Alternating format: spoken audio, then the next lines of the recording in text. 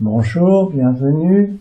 Alors, l'autre. L'autre est un véritable apprentissage, que nous soyons enfants ou adultes. Il nous enseigne le respect, la souplesse, la communication, etc. Et de plus en plus, on peut le comprendre et discerner des points communs avec lui ou elle. Extérieurement, nous nous voyons séparés, mais se pourrait-il qu'en fait, nous soyons un en essence. Nous commençons à percevoir l'autre, en général à travers notre personnalité, à travers notre humeur, nos goûts, nos opinions. J'aime, j'aime pas, j'apprécie pas, j'ai envie, j'ai pas envie, nos désirs. Est-ce que l'autre me rend service? Est-ce qu'il sert mes intérêts? On a tendance à le voir dans sa fonction uniquement.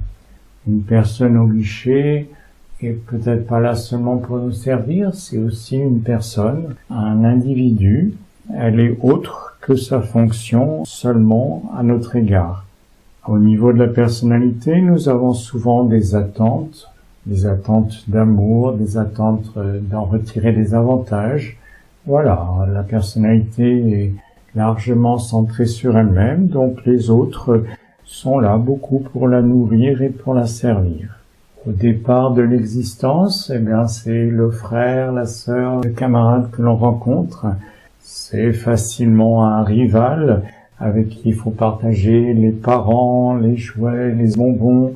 Et souvent, adultes, on garde cette relation-là. Toutes les relations de concurrence, les adversaires, voire les ennemis. L'enfer, c'est les autres, disait Jean-Paul Sartre. À la limite, on en arrive là. Petit à petit, on apprend à mettre des formes, à communiquer. On apprend à adapter notre parole, à l'adoucir, à être plus sympathique. On garde les mêmes avis à l'intérieur. Extérieurement, on est plus agréable, aimable. Mais quand nous parlons des autres, on peut remarquer que ça devient vite de la critique, ça devient vite un jugement. J'aime bien cette personne-là, mais ça ou ça, j'apprécie pas. En contraste, ça nous valorise. C'est intéressant. Grosso modo, quand on critique quelqu'un, c'est affirmer qu'on est mieux que lui, que l'on ferait mieux à sa place, que nous nous débrouillerions mieux que lui. Ça, c'est le premier niveau de contact avec l'autre. Cependant, l'humain est un être social, et petit à petit, on apprivoise la relation à l'autre.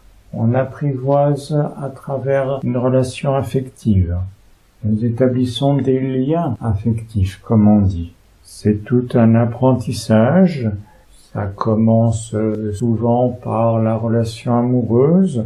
C'est un premier niveau d'unité sur le plan sexuel. Et déjà, ça nous apprend la relation à l'autre.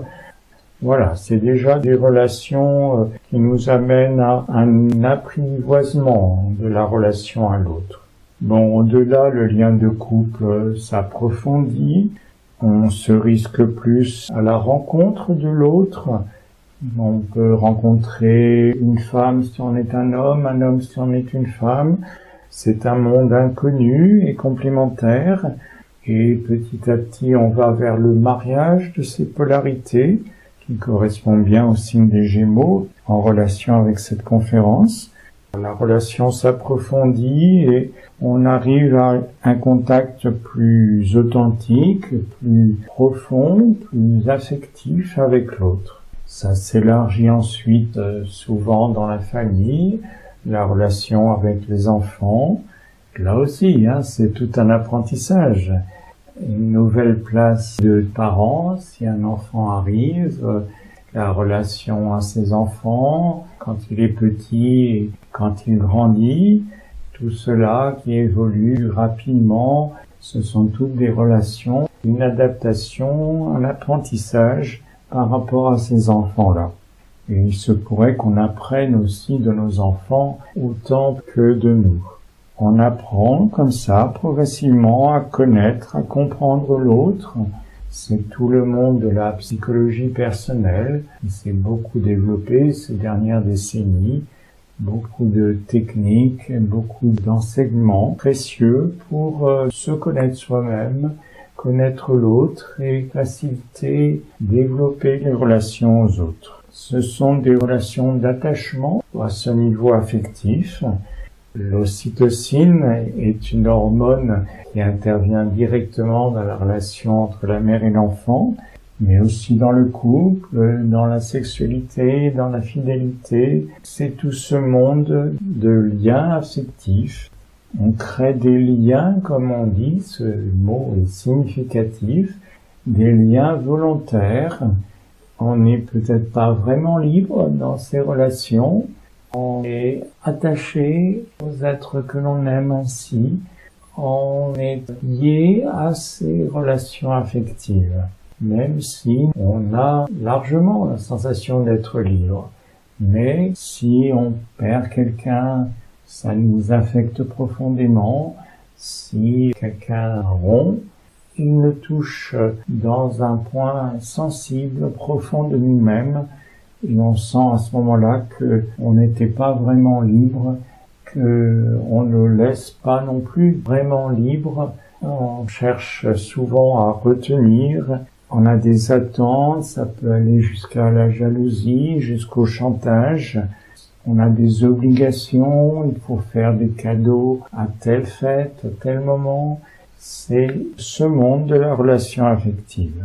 C'est intéressant, on peut au-delà arriver à un niveau de liberté beaucoup plus profond et beaucoup plus réel.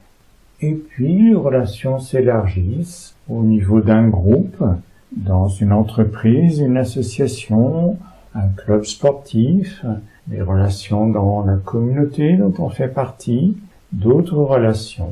Et c'est un apprentissage au-delà. Ces relations s'élargissent et deviennent moins personnelles, moins d'affect, d'attachement aux autres. Nous sommes sensibles à une relation plus impersonnelle avec l'autre.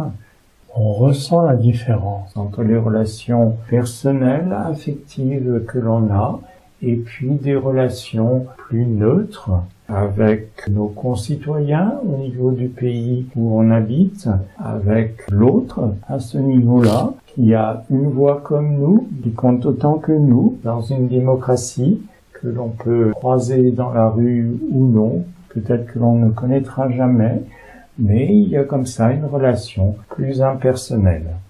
La personne au guichet dont je parlais tout à l'heure, a priori elle nous est inconnue, mais c'est une relation assez impersonnelle. Et on est largement interdépendants les uns des autres. On s'en est bien aperçu pendant la période du Covid. Les métiers qui sont pas forcément les plus valorisés sont apparus d'un seul coup très importants. Les infirmiers, infirmières, les éboueurs, les livreurs, routiers étaient fondamentaux à ce moment-là pour que l'existence de chacun se maintienne et que les relations sociales continuent autant que possible. Au-delà de l'interdépendance, on a des solidarités dans ces relations impersonnelles, des solidarités avec des inconnus. Il y a un tremblement de terre, un tsunami, et il y a souvent un élan de solidarité important dans le monde.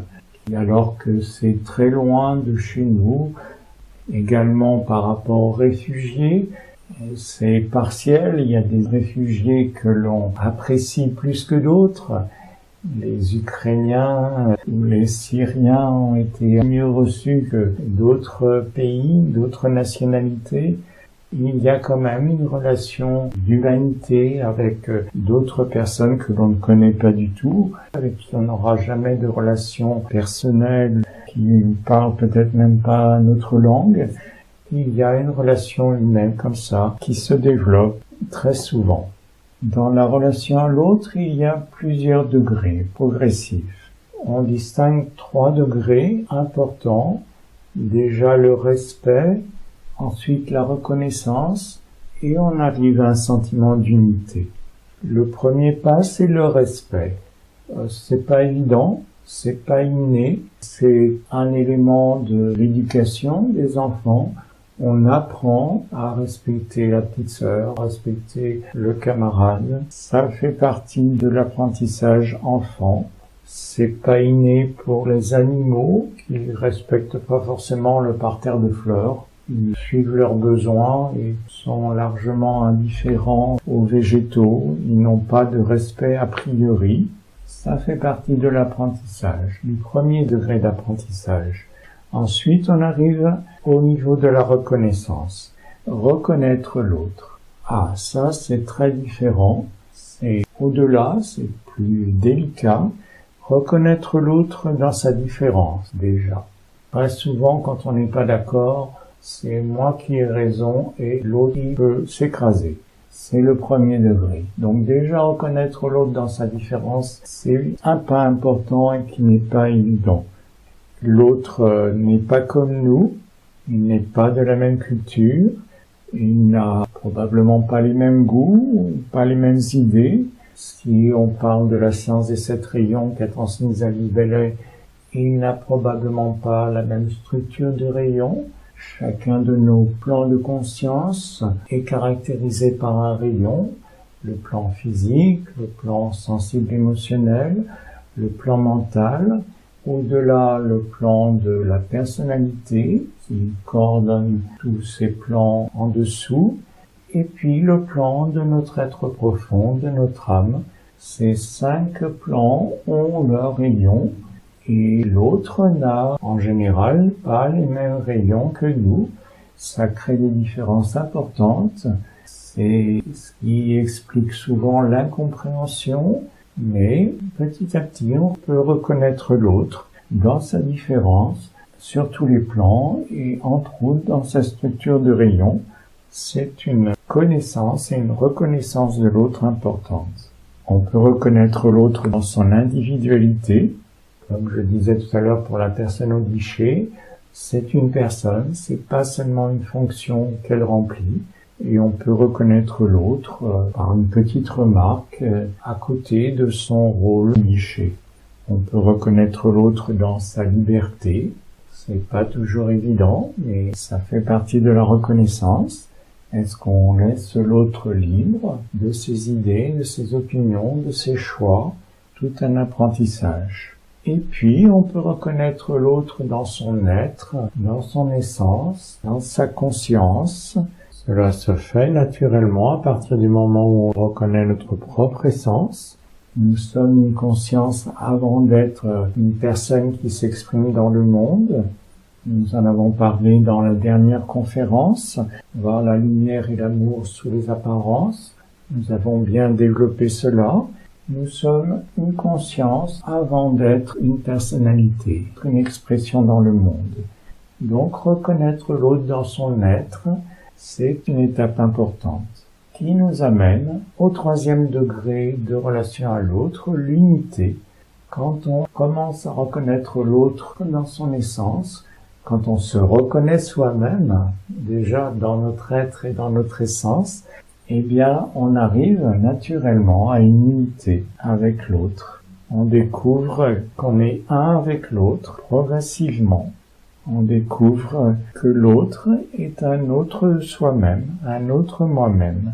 Cette essence, cette âme est collective et conscience collective. On peut voir ça comme l'image d'une main. Il y a plusieurs doigts. Chacun, nous sommes reliés à un doigt qui est notre part individuelle d'essence, qui détermine notre existence, nos expériences, nos conditions d'arrivée sur Terre. Mais tous les doigts sont unis dans la main. Toutes ces terminaisons individuelles qui sont en relation avec moi, un individu séparé, sont en fait tous reliés, tous unis dans une conscience collective, dans une âme qui est une, qui est unie, qui est collective. C'est une expression de la grande loi d'attraction-répulsion. Nous sommes attirés dans cette unité, elle nous unit, elle tend à révéler l'unité de tous et de tout. Elle est amour avec un grand A, amour essentiel, l'unité, l'amour-unité. C'est un amour non affectif, non sentimental, c'est le pas au-delà dans l'amour.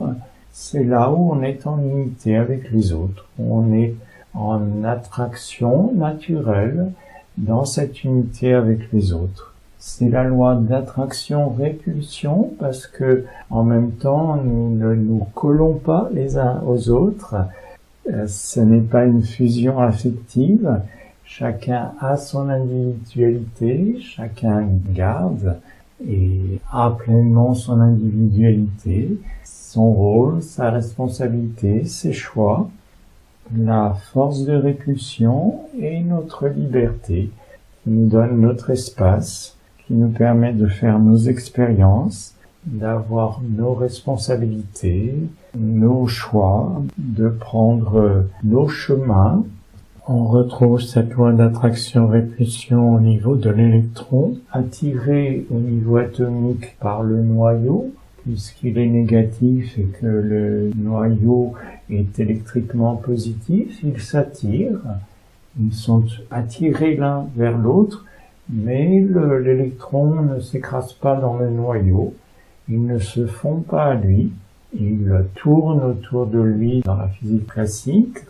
Il y a cette force de répulsion qui le garde sur une orbite autour du noyau et la force centrifuge qui équilibre cette attirance électrique. Il y a à la fois attraction et répulsion et le noyau et l'électron restent dans leur nature propre et gardent leur charge électrique l'un et l'autre.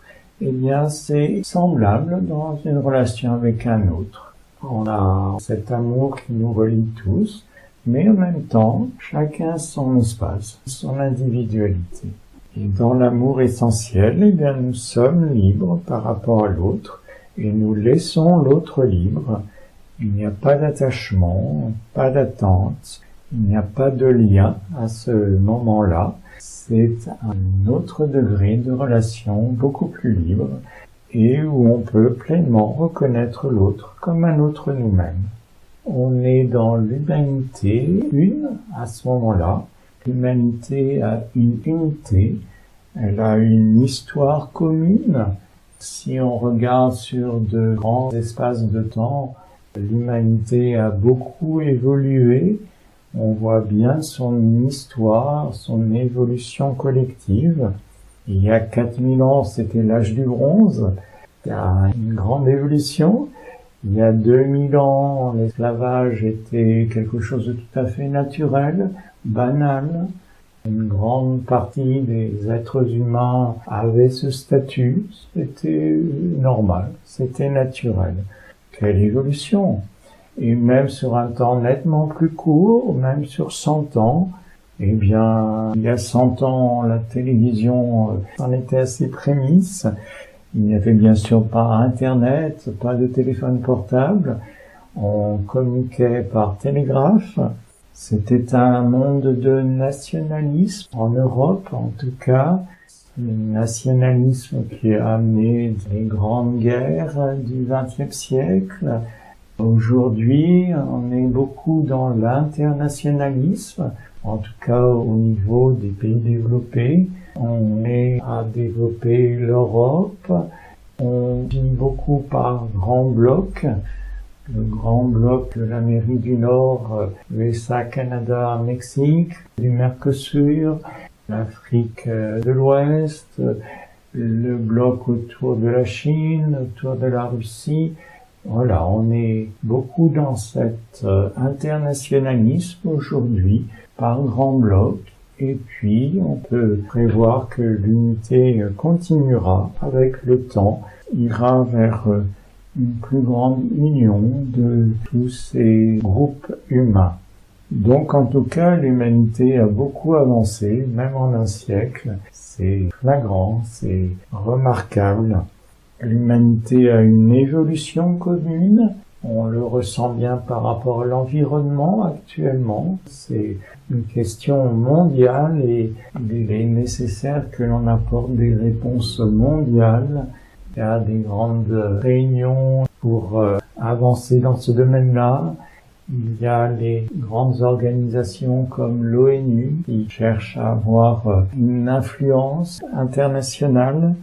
On est dans une évolution commune, une interdépendance et même au-delà de l'interdépendance. On est dans la solidarité. On a de plus en plus ce sentiment d'être tous sur un même bateau, d'aller tous dans une évolution ensemble. Et puis l'autre est aussi vertical, est aussi intérieur.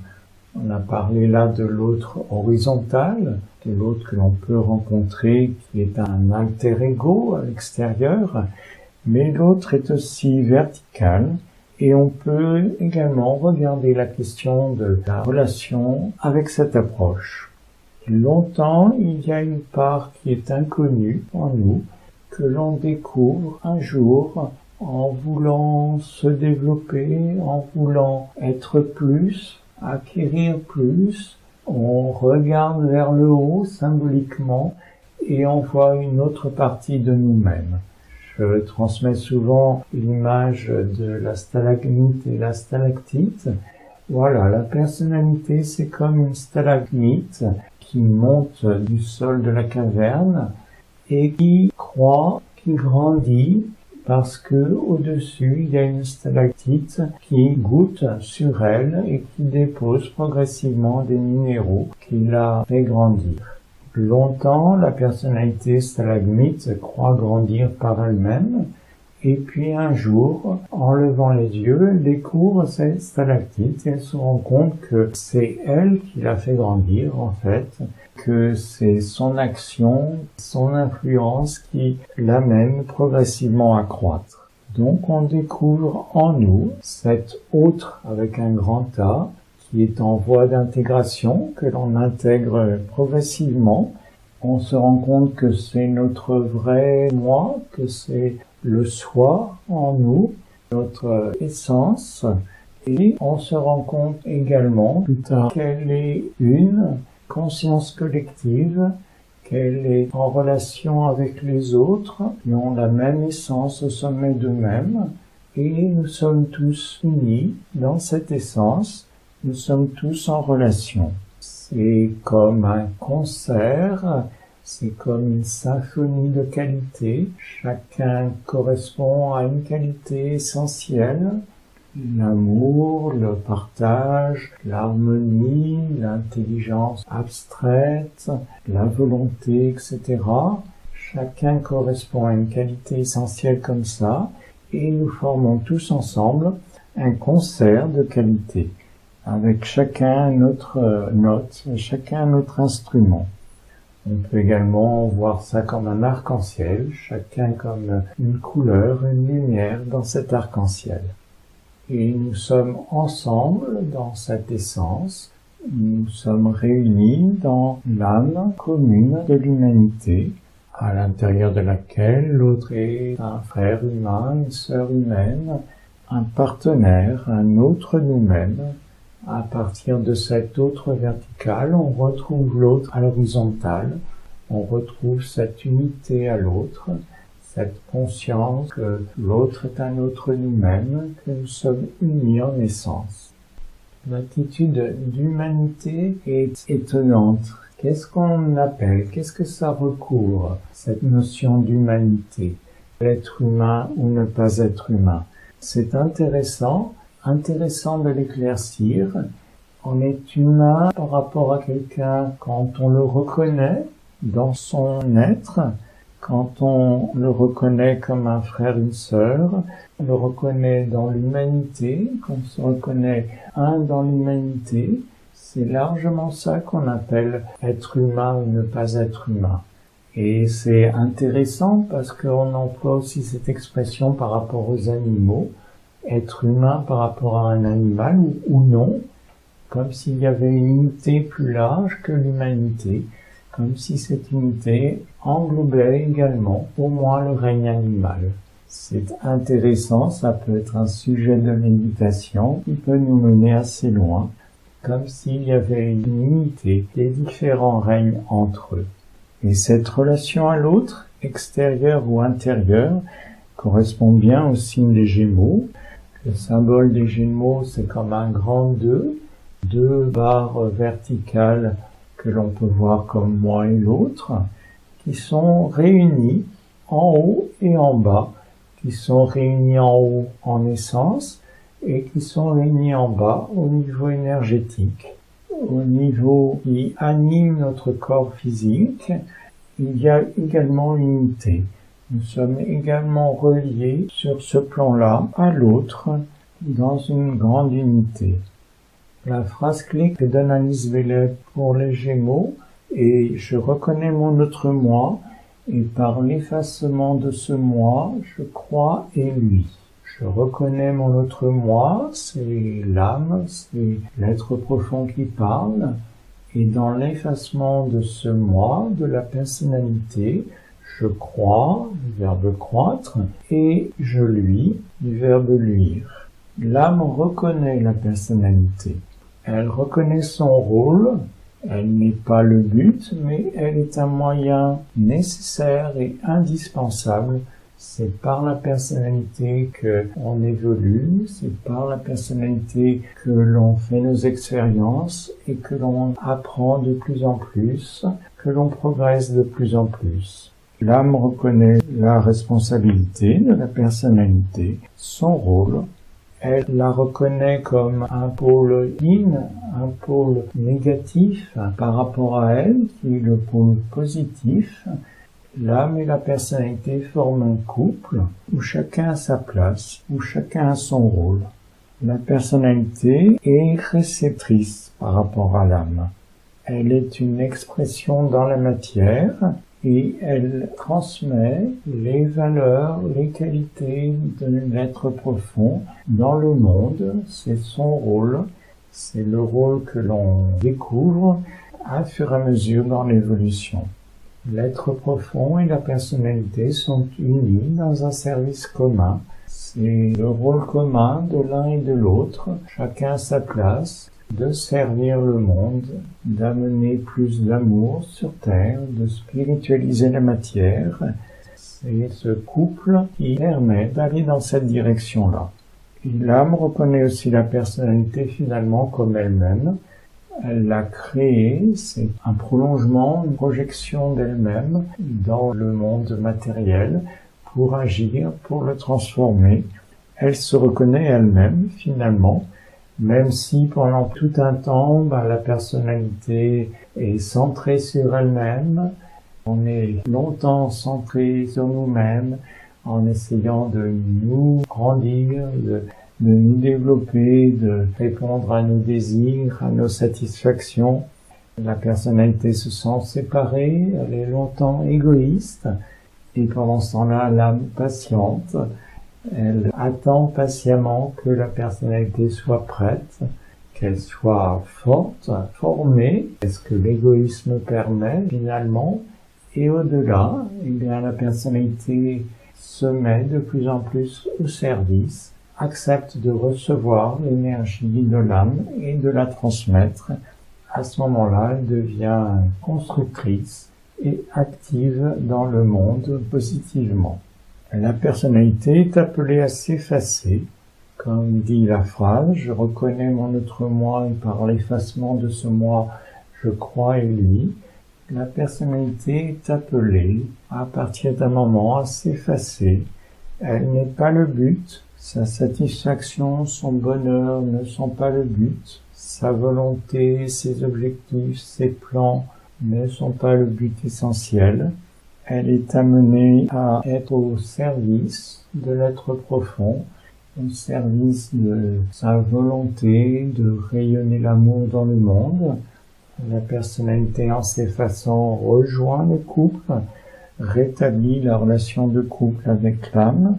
Elle accepte de se taire, de faire taire ses désirs, ses émotions, ses attachements. En face des Gémeaux, il y a le signe des Sagittaires, qui est aussi ce moment où il faut savoir se taire. Ça correspond dans le rituel franc-maçon à cette période de silence, qui est présente entre autres dans l'opéra La Flûte enchantée de Mozart, qui était très inspiré par le rituel franc-maçon. À un moment, il y a ce temps où le héros doit se taire. C'est la période de silence. Gémeaux a intégré de plus en plus les valeurs du signe complémentaire en face, le Sagittaire. Entre autres, cette qualité de savoir se taire, qui ne veut pas dire être muet, mais qui est savoir être une sourdine à nos désirs, à nos émotions, à nos affects, pour être plus à l'écoute des vibrations que nous transmet notre être profond. Cet effacement, c'est la loi de don, la première loi de l'âme, qui est en relation avec le 4e rayon d'harmonie par le conflit.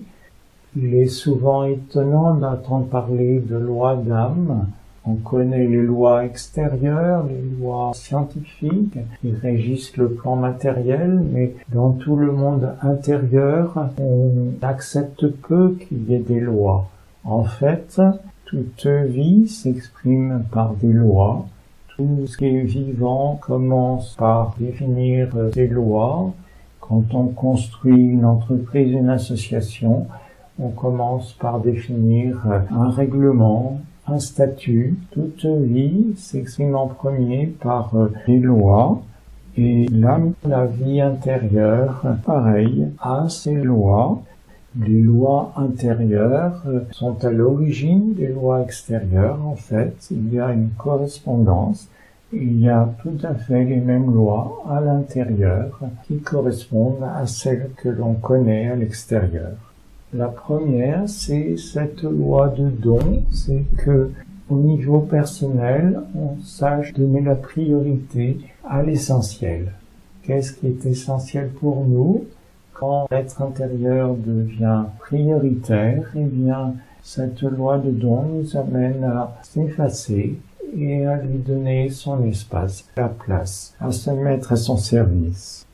Donc, la personnalité est appelée à s'effacer progressivement et à donner la priorité à l'essentiel, au bien commun, à l'ensemble, sur la partie qu'elle est, sur le petit monde qu'elle est. On s'efface plus d'une fois déjà. Dans une famille, on parle en tant que parent au nom également des enfants, de toute la famille. C'est déjà un effacement personnel par rapport à un groupe, par rapport à un plus grand. Si on veut devenir un champion sportif, eh bien, ça demande pas mal d'effacement, pas mal de renoncement. Ça fait déjà partie largement de notre vie et ça se développe progressivement et ça s'approfondit. La personnalité a à se donner, ce qui ne veut pas dire qu'elle est passive, elle se donne activement par la concentration, par l'engagement. Il s'agit d'être bien présent, mais en silence.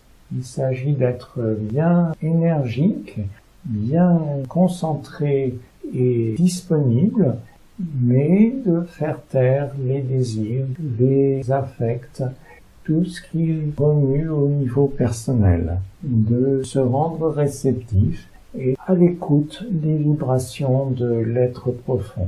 C'est ce que l'on fait en méditation, c'est le principe même de la méditation que nous pouvons expérimenter maintenant. C'est ça, se rendre concentré, disponible, réceptif, bien actif, mais à l'écoute de notre être profond. Je vous propose maintenant un temps de méditation pour expérimenter cela, pour expérimenter la relation à l'autre, et puis cette écoute dans laquelle on peut recevoir les vibrations de notre être profond qui se téléchargent progressivement en nous. On n'entend rien verbalement, bien sûr, on n'entend pas de mots, on ressentira quelque chose ou pas, mais c'est comme un téléchargement et progressivement ça nous impacte, ça a des effets. On se rendra peut-être compte que l'on a des pensées nouvelles, que l'on dit des choses que l'on n'aurait pas exprimées au préalable, que l'on trouve des réponses nouvelles. C'est toute la valeur et toute la force de la méditation qui nous ouvre tout un champ de conscience nouveau. Je vous propose que nous expérimentions cela maintenant dans une méditation guidée ensemble. Nous commençons par bien nous installer.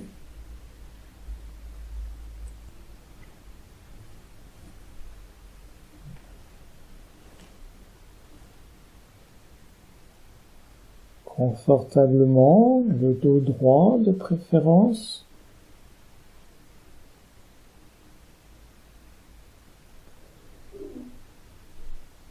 Nous fermons les yeux pour limiter les sensations extérieures,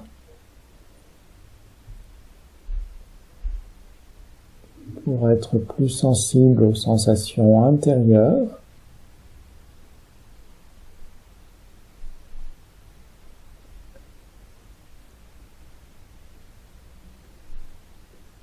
Et nous commençons à nous concentrer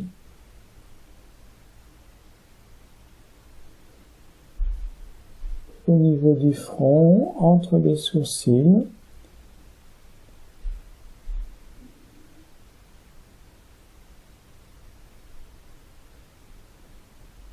Cela correspond à notre personnalité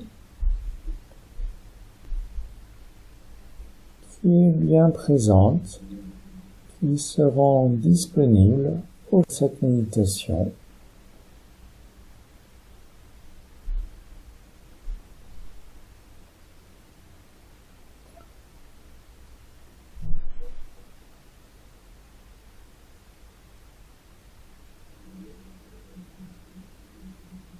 Vive, active, mais en silence. Nous faisons silence sur les désirs, les attentes, les émotions de plus en plus.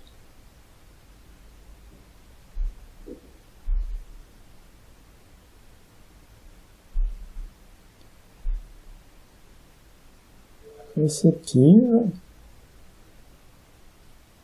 pôle yin, à l'écoute du pôle yang en nous. Nous déplaçons notre conscience maintenant au-dessus de la tête, le centre de notre être profond, de notre âme.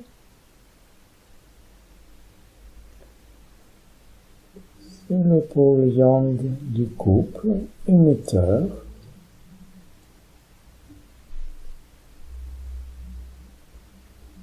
L'autre avec un grand A en nous.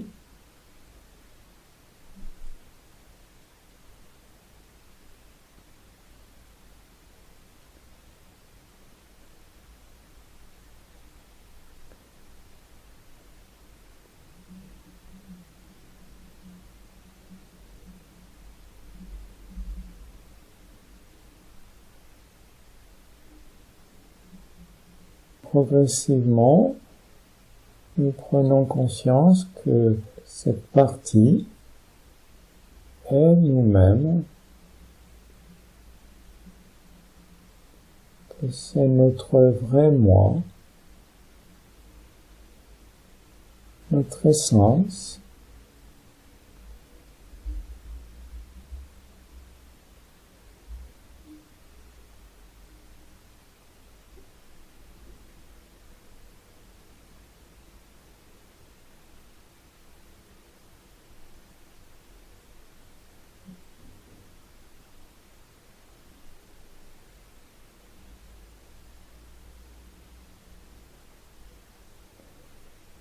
nous pouvons imaginer une grande lumière un peu au-dessus de notre tête, comme cela, rayonnante, qui diffuse intensément.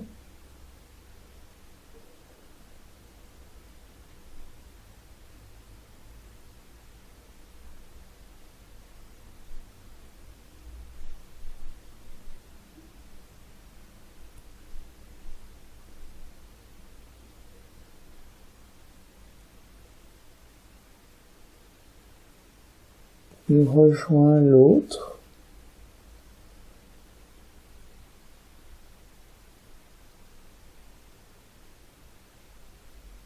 La lumière au sommet de cet autre.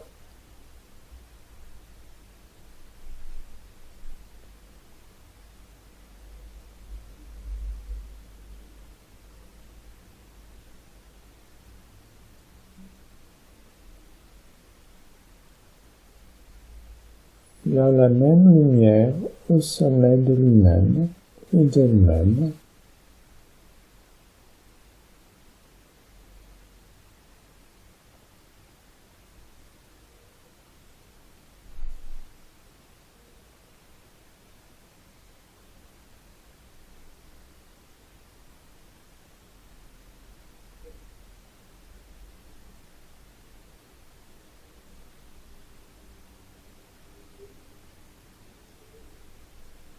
Dans cette lumière, nous sommes en unité.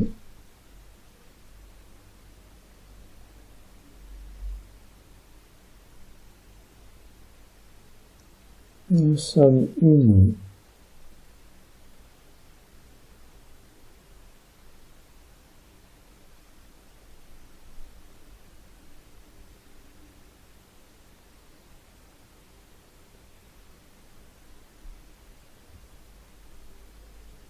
Et nous pouvons sentir petit à petit que l'autre est un autre nous-mêmes.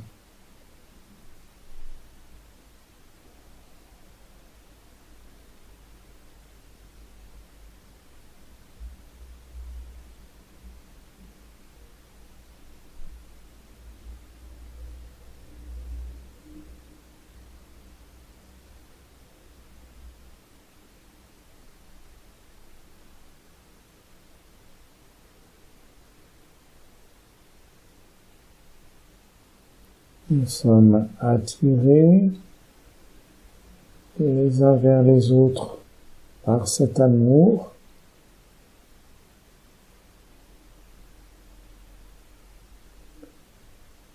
Nous sommes reliés, unis.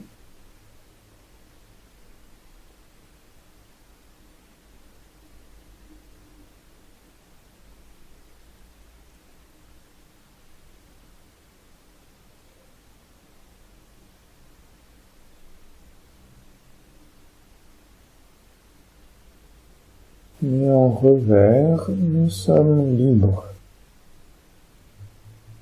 Nous avons chacun notre espace. C'est une unité détaillée, diversifiée.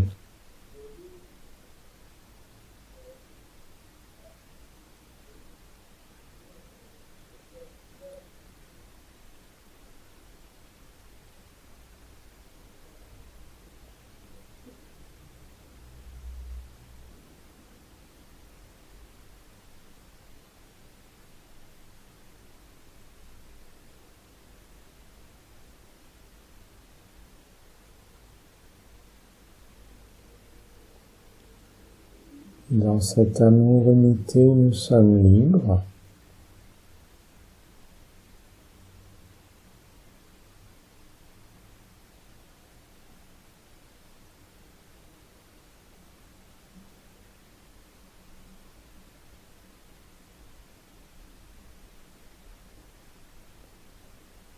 Libres de faire nos expériences, d'assumer nos responsabilités.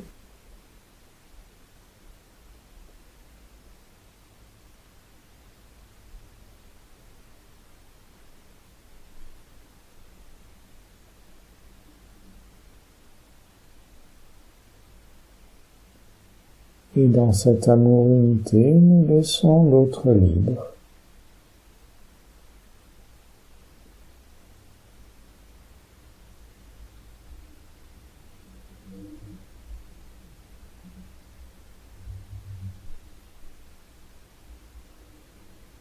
Il a aussi ses expériences,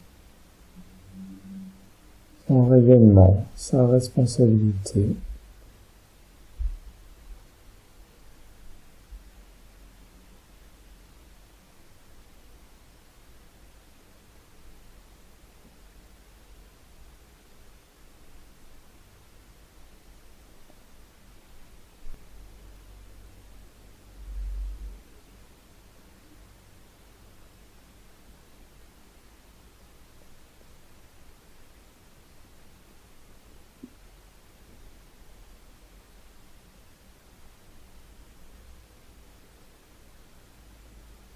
Et puis nous reviendrons au niveau du front. Et en insistant sur l'expire, nous laisserons diffuser tout ce que nous avons pu contacter dans cette méditation, dans cette conférence avant, à travers nous, autour de nous.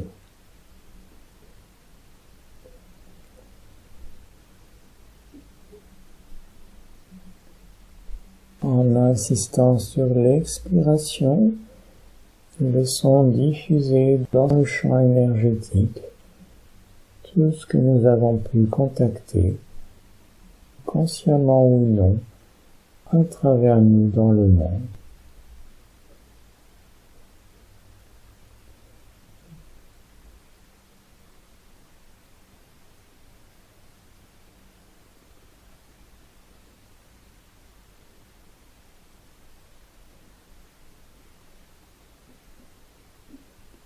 C'est un service que nous pouvons rendre dans cette méditation.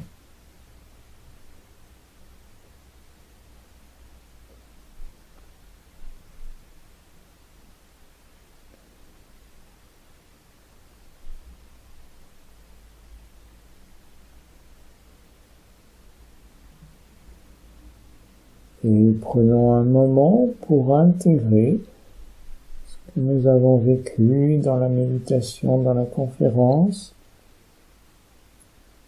Qu'est-ce que vous retenez particulièrement? Qu'est-ce qui vous a paru particulièrement marquant? Que vous souhaitez garder, peut-être approfondir,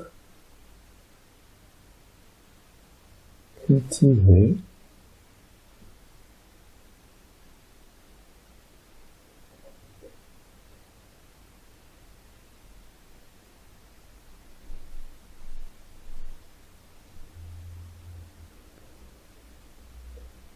Et puis vous reprendrez contact avec votre corps, votre respiration, le lieu autour de vous, vos points d'appui. Et quand vous serez prêt, prête, vous pourrez ouvrir les yeux.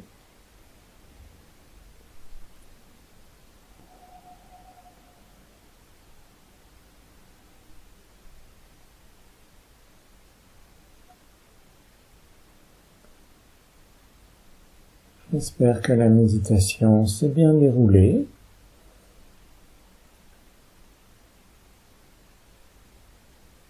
N'hésitez pas à renouveler ce genre de pratique. Ça s'approfondit à fur et à mesure. On ressent de plus en plus, on va de plus en plus loin.